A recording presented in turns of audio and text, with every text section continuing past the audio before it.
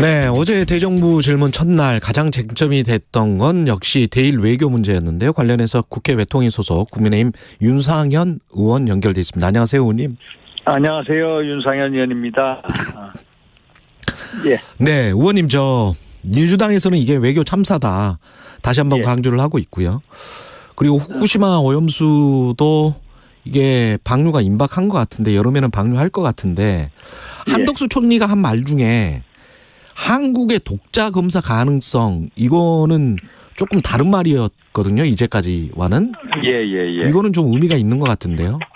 예, 우리가 지금 후쿠시마 오염수 이 문제에 관해서 예. 안전성 모니터링 활동을 IAEA 주도로 하고 있지 않습니까? 예. 거기에 우리 한국원자력안전기술원이 참여를 하고 있습니다. 그렇죠. 우리 전문기관이 또 거기에 그 박사님도 참여를 하고 있고요. 그래서 어제 말씀하신 것 중에 하나가 총리께서 필요시에 우리가 별도로 필요한 검사를 독자적으로 지금 11개 국가가 참여하고 있는데 우리 독자적으로 할 수 있는 방안을 협의 중에 있다. 이런 말씀도 있었습니다. 따로 하겠다. 예, 따로 하겠다는 겁니다. 그런데 이제 IAEA가 잘 아시다시피 일본이 상당히 돈을 많이 내는 국제기구 중에 하나고. 일본의 어떤 재정 분담금이라는 게 이게 한 10% 물론 돈을 냅니다만 미국이 제가 알기로 한 4분의 1 정도 내고요. 일본이 한 3인가 그런 것 같은데요. 일본이 3인데 그 액수는 한 10%가 안 됩니다. 네. 그 미국이 가장 많고요. 25%. 중국이 한 11%. 그렇죠. 일본이 한 8, 9% 낼 겁니다. 근데 물론 그럴 일은 없겠지만 혹시 이제 IAEA나 아니면 우리가 독자 검사를 해서 거기 오염수 방류의 정당성을 부여하는 쪽으로 가버리면 그것도 난감한 일 아닙니까? 그런데 우리 입장은요. 국민의 건강과 안전이 최우선입니다. 그래서 이 문제에 대해서는 어떠한 타협도 있을 수 없다는 거거든요. 그래서 안전성이 검증되지 않으면은 우리가 어떻게든 오염수 방출에 분명하게 반대하겠다는 겁니다. 그렇군요. 그 민주당 의원들은 후쿠시마를 방문을 하겠다는 건데 어떻게 생각하세요? 가서 지금 민주당 의원들 가셔가지고요. 지금 도쿄전력 사람들 만나겠다. 그렇죠. 라고 하는데 그것도 일단 못 되는 것 같고요. 이란위원 연맹 의원들, 한일위원 연맹이 있습니다. 거기에 소속 의원들도 만나겠다. 그것도 안 되는 것 같고요. 그래서 일단 우리 정부의 입장이나 발표를 믿어주자. 일단 일본에 나와 있는 언론, 잘못된 언론 보도를 믿고 막 예단을 하고 가서 이러는 게 결국 국제적으로 어떻게 보이겠냐. 그러니까 의원 외교라기보다는 어떤 이 국내 정치적 행보의 연장선상으로 보입니다. 제가 보기에는. 그래서 그게 좀 안타깝습니다. 일본이 생각하는 그 타임 스케줄이 있을 거란 말이죠. 일본은 이걸 준비를 해서 방류할 게 5월이나 6월에 방류를 할 것 같은데 그러면 시기도 그렇고 어떤 독자 검사의 규모도 그렇고 우리가 충분히 그 안에 어떤 일본과 접촉해서 독자 검사를 할 수 있고 이게 어느 정도로 위험이 있는지를 파악할 수 있나요? 어떻게 보십니까? 한 2개월밖에 안 남은 것 같은데. 지금 한 6, 7월 정도로 예상을 하고 있는 것 같고요. 그래서 독자 검사를 하겠다는 거고. 그런데 이제 IAEA 기준에 맞는 절차 이게 가장 중요하거든요. 일단은 거기에 11개국이 참여하고 있고요. 이게 우리 정부의 일관된 입장입니다. 이 민당 분들도요. 과거 문재인 정부 때 이 문제에 대해서 어떤 입장이었냐. 똑같았습니다. 솔직히. IAEA 기준에 맞는 절차를 따른다면은 일본의 오염수 이 방류, 해상 방류에 대해서 반대하지 않는다. 그 입장이었거든요. 문재인 정부도. 현재 민당 사람도 그랬습니다. 그런데 정권이 바뀌어서는 또 다른 잣대를 가지고 얘기하고 있거든요. 그래서 물론 제가 말씀드리는 국민 안전 건강 이것은 타협의 대상이 안 됩니다. 그래서 우리 독자적으로도 끝까지 이 문제는 확실하게 담보장치하고 가겠다 이런 말씀드립니다. 그런데 이 국민 불안을 해소할 수 있는 방법, 정부가 어떤 방법은 찾아야 되지 않을까요? 어떻게 보십니까? 그러니까 국민 불안 해소한다는 게 결국은요. 이제 오염수 이제 해상 방류 문제에 대해서 어떻게든 문제가 없다라는 거. 그거에 대해서 IEA 우리 독자적인 어떤 조사 등등 여러 단계의 신뢰 조치를 해야 되겠죠.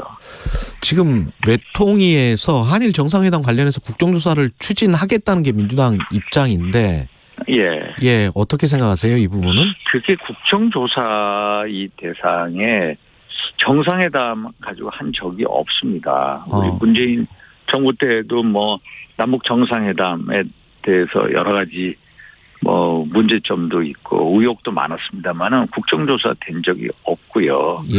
제가 이 국회에 와가지고 국정조사를 매번 지켜봤습니다만은 국정조사를 해서 실체를 밝힌 적이 한 번도 없습니다. 정말 제 기억에. 이게 항상 국정조사라면 정쟁의 장이 돼버립니다. 그래서 외교적인 사안을 가지고 정쟁으로 몰아가는 건 이건 안 좋은 것 같고요. 제가 보기에.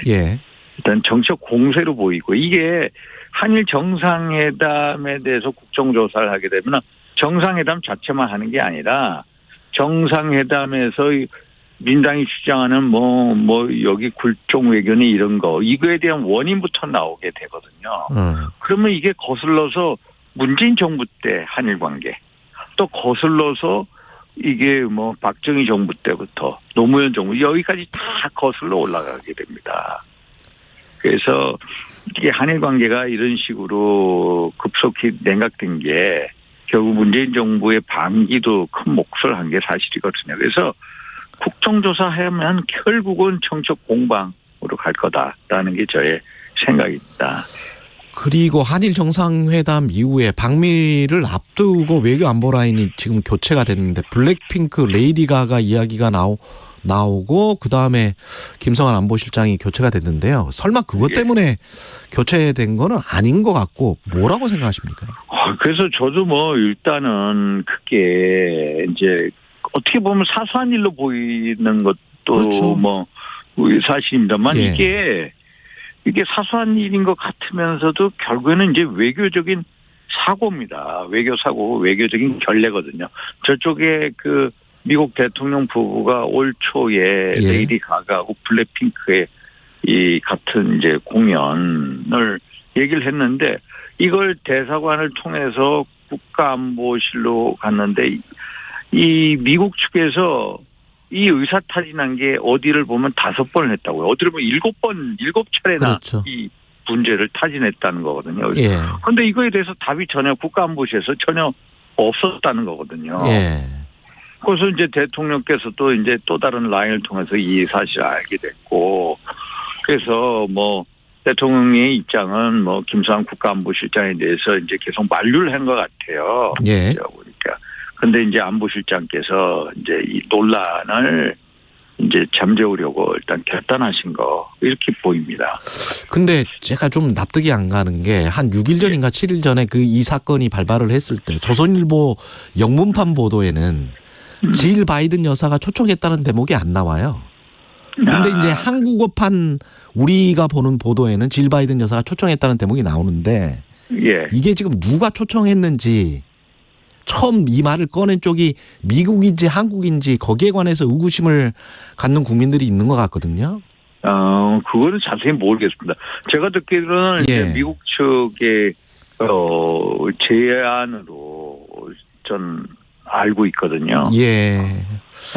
알겠습니다. 여기까지 듣고요. 그다음에 국민의힘 지금 지지율은 어떻게 보세요? 대통령 지지율과 연동이 될 수밖에 없는 것 같긴 한데. 정광훈 목사가 갑자기 또 나와가지고. 제가 최근에 국민의힘 지지율 보면은 33대 33 동률로 나온 데도 있고요. 민당 지지율이 국민의힘 지지율을 한 9% 앞선 여론조사도 있고요. 그래서 일단 지지율이 국민의힘 지도부 교체가 있지 않았습니까? 그래서 김기현 대표 체제가 새롭게 탄생이 되고 또 컨벤션 효과를 위해서 막 지지율이 올라갈 줄 알았는데 오히려 민당보다 역전당한다. 그래서 저는 이게 대단히 안 좋은 사인으로 보고 있습니다. 지도부를 잘못 뽑았다? 아니요, 그건 아니고요. 네. 예. 물론 뭐라고 보세요? 이유가 보면요, 결국은 예상대로 지도부가 탄생이 된 거 아닙니까? 예, 그렇죠.